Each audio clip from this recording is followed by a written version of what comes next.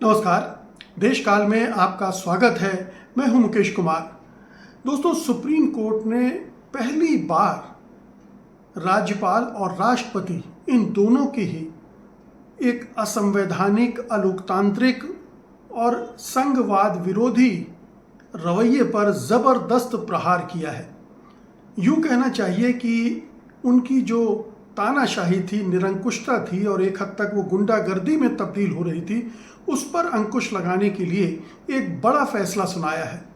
पहले उसने फैसला सुनाया था तमिलनाडु के गवर्नर RN रवि के व्यवहार को लेकर, रवैये को लेकर, जो कि तमिलनाडु सरकार ने केस दायर किया था उनके खिलाफ, क्योंकि वो 10 विधेयक अपने नितंबों के नीचे दबा कर बैठे हुए थे, उस पर फैसला नहीं ले रहे थे, देरी लगा रहे थे, जबकि उन विधेयकों को पर सरकार पुनर्विचार कर चुकी थी, वहाँ की विधानसभा पुनर्विचार कर चुकी थी और उनके पास कोई भी ऐसा कारण नहीं था जिसकी वजह से वो रोकते।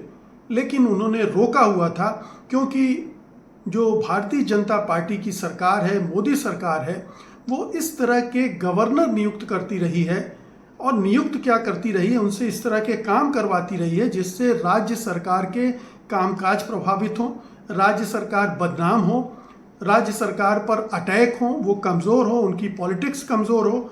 इस तरह का व्यवहार मोदी सरकार द्वारा नियुक्त किए गए तमाम राज्यपाल, एक भी अपवाद नहीं है जो राज्यपाल राज्य सरकारों के साथ तालमेल के साथ काम कर रहा हो, विपक्षी दलों की सरकारों के साथ। जाहिर है कि अगर बीजेपी शासित राज्य हैं तो वहाँ तो उन राज्यपालों की जमकर छन रही है राज्य सरकारों से, लेकिन जहाँ भी विपक्षी दलों की सरकारें हैं वहाँ ये गवर्नर लगातार हस्तक्षेप करते रहे हैं, उनके डे टू डे अफेयर्स में हस्तक्षेप करते रहे, जिसके लिए वो कतई अधिकृत नहीं है।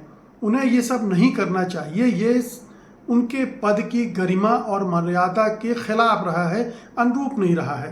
तो सुप्रीम कोर्ट ने जिस तरह से हस्तक्षेप किया है, पहले तो RN रवि की क्लास लगाई उन्होंने, उनके तमाम ये जो कामकाज थे उनको अवैध ठहराया और उनको आदेश दिया कि तुरंत इन पर फैसला लें। तुरंत मतलब बिल्कुल तुरंत उन्हें फैसला लेने के लिए बाध्य कर दिया गया और उन्हें ये भी हिदायत दे दी गई, बल्कि उनके बहाने देश भर के तमाम राज्यपालों को हिदायत दे दी गई कि वो एक सीमित समय के बाद राज्य सरकारों द्वारा पारित विधेयकों को अपने पास ठंडे बस्ते में नहीं रख सकते हैं। इस सुप्रीम कोर्ट के इस निर्णय का, इस ऐतिहासिक फैसले का एक दूसरा हिस्सा भी आ गया है और वो हिस्सा और भी महत्वपूर्ण इसलिए है कि सुप्रीम कोर्ट ने राष्ट्रपति को भी बाध्य कर दिया है कि वो भी समय सीमा के अंदर तय करेंगे कि फला राज्य के द्वारा पारित विधेयक जो उनके पास भेजा गया है गवर्नर के जरिए, उस पर वो तुरंत फैसला करें, 3 महीने के अंदर फैसला करें, स्वीकृत या अस्वीकृत। अभी ये जो डिलेइंग टैक्टिक्स है, इसका इस्तेमाल मोदी सरकार के गवर्नर और मोदी सरकार के राष्ट्रपति इसलिए कह रहे हूँ कि अगर राष्ट्रपति देश के हिसाब से काम नहीं कर रहा है, एक सरकार विशेष का रबर स्टंप बन के काम कर रहा है, तो उसे उस सरकार का ही राष्ट्रपति कहना चाहिए।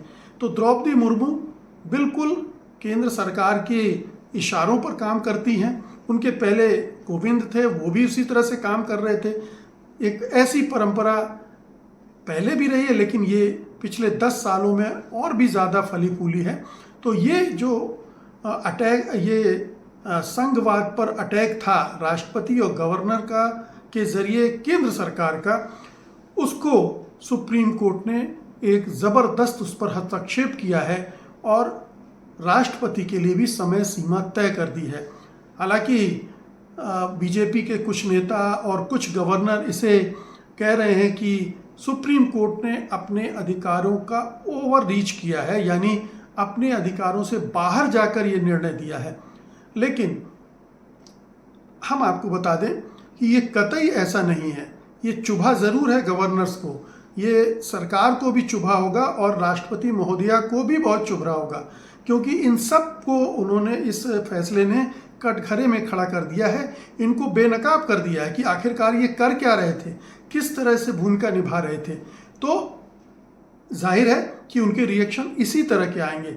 लेकिन अगर आप पिछले जितने भी आयोग इस संबंध में बने हैं, चाहे 1983 में सरकारिया आयोग बना हो उसकी सिफारिशों को देख लीजिए, या फिर बाद में पुंछी आयोग बना 2007 में जिसने अपनी रिपोर्ट दी, उनकी रिपोर्ट्स को देख लीजिए।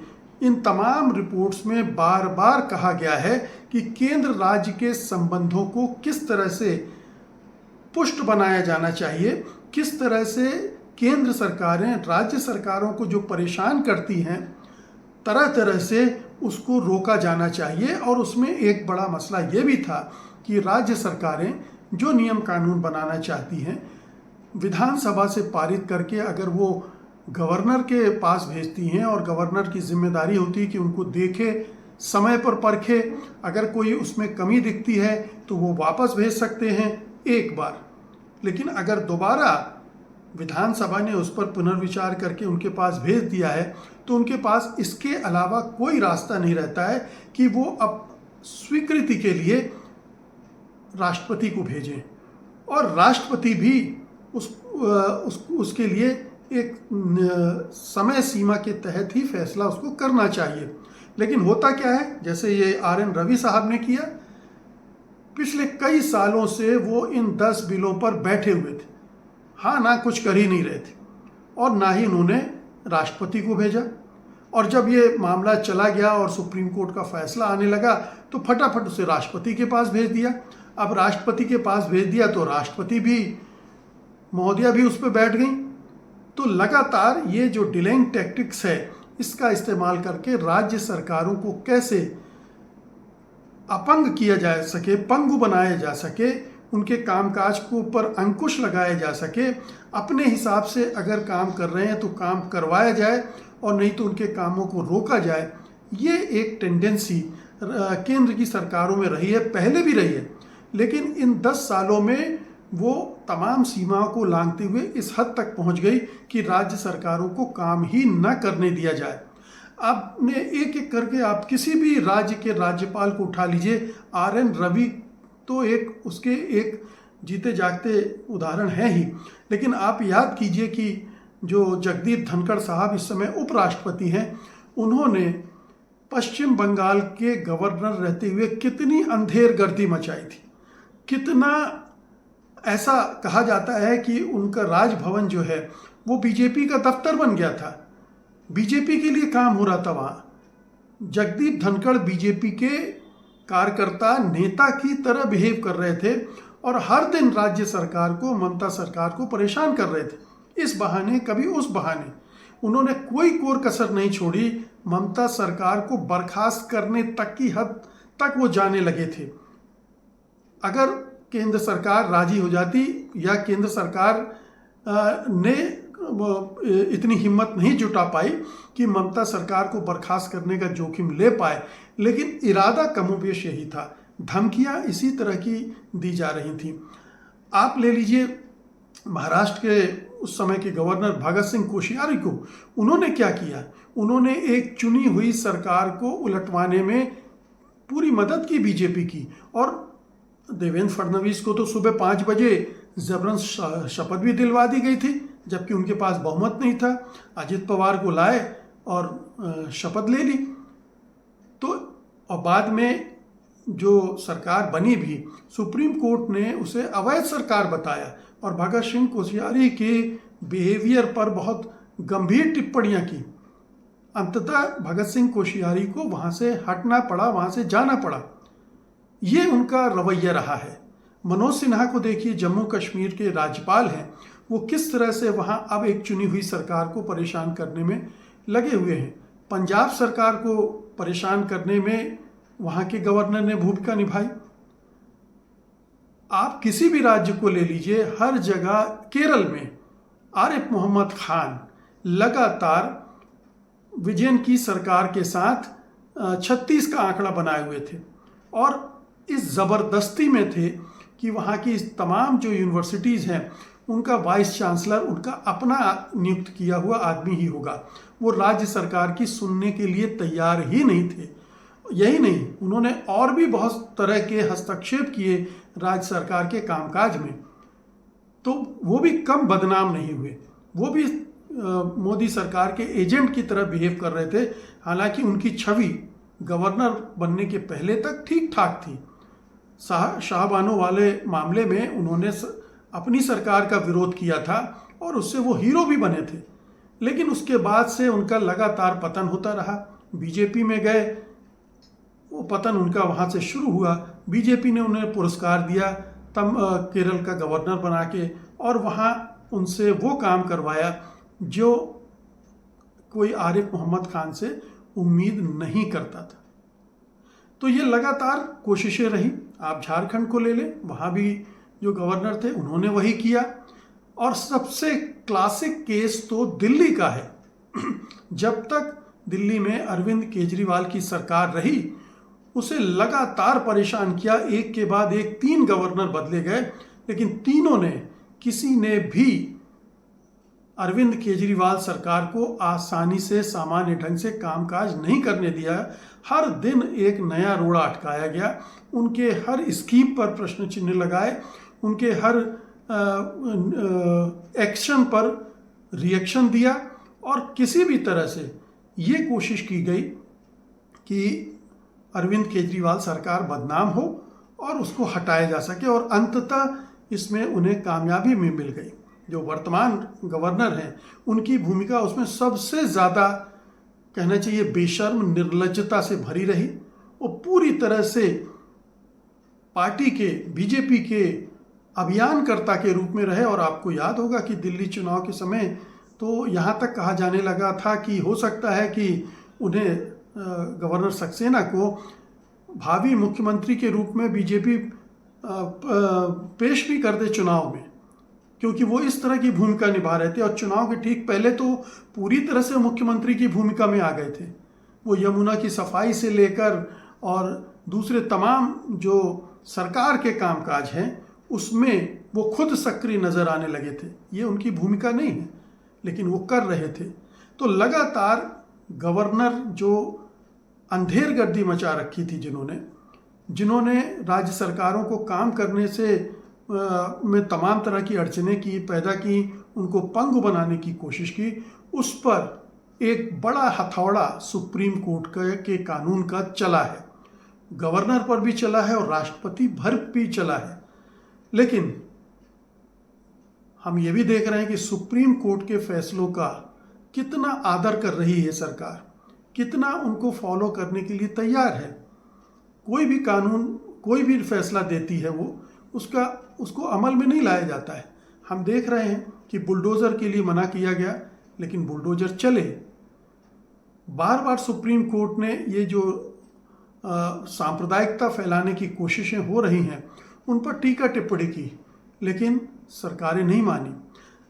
उत्तर प्रदेश सरकार पर बार बार सुप्रीम कोर्ट ने टिप्पणी की। अभी तो ये भी कह दिया कि वहाँ जंगल राज है। जंगल राज नहीं, लेकिन कानून का राज वहाँ ध्वस्त हो चुका है, जिसका दूसरा मतलब यही है कि जंगल राज। साफ साफ कहा उसने। लेकिन हम देख रहे हैं कि आज ही आगरा में नंगी तलवारें लेकर घूमे हैं करणी सेना के लोग। रामनवमी की जुलूस में तमाम जगह इसी तरह के दृश्य देखे गए हैं, और कहीं कोई कार्रवाई नहीं हुई। कहीं किसी के घर पर बुलडोजर नहीं चलाए गए, कहीं कोई एफआईआर दर्ज नहीं हुई, कहीं कोई गिरफ्तारी नहीं हुई।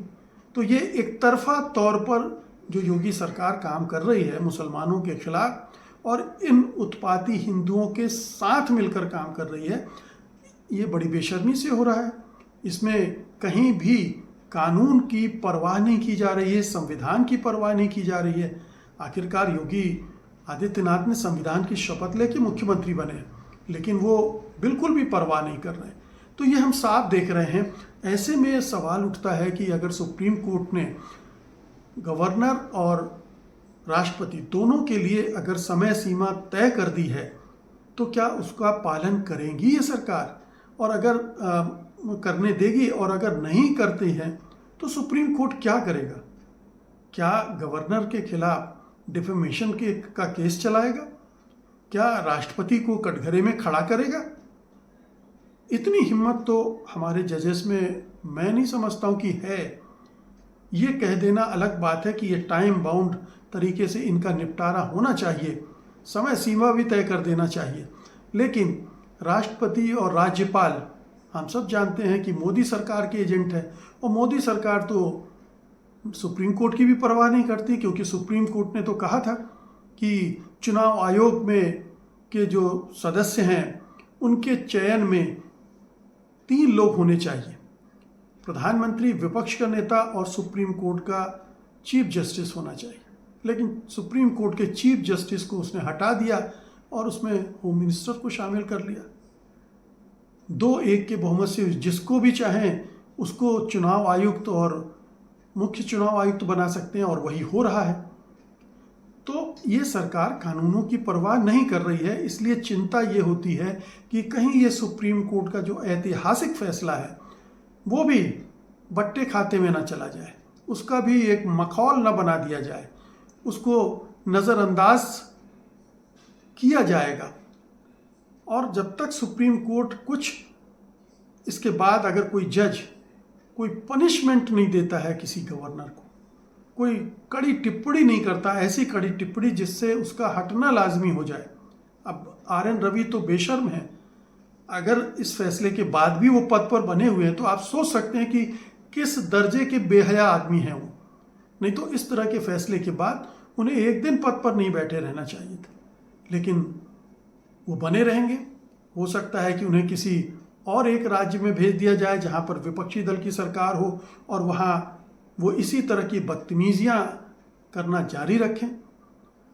तो कुल मिलाकर मसला ये है कि सुप्रीम कोर्ट का एक बहुत ही ज़रूरी और शानदार फैसला आया है, लेकिन चिंता इस बात की है, प्रश्न इस बात का है कि क्या मोदी सरकार सुप्रीम कोर्ट की परवाह करेगी? क्या उसके गवर्नर, राष्ट्रपति सुप्रीम कोर्ट के इन निर्देशों का पालन करेंगे? बहुत बड़ा सवाल है। बहुत बहुत शुक्रिया आपका, धन्यवाद, नमस्कार।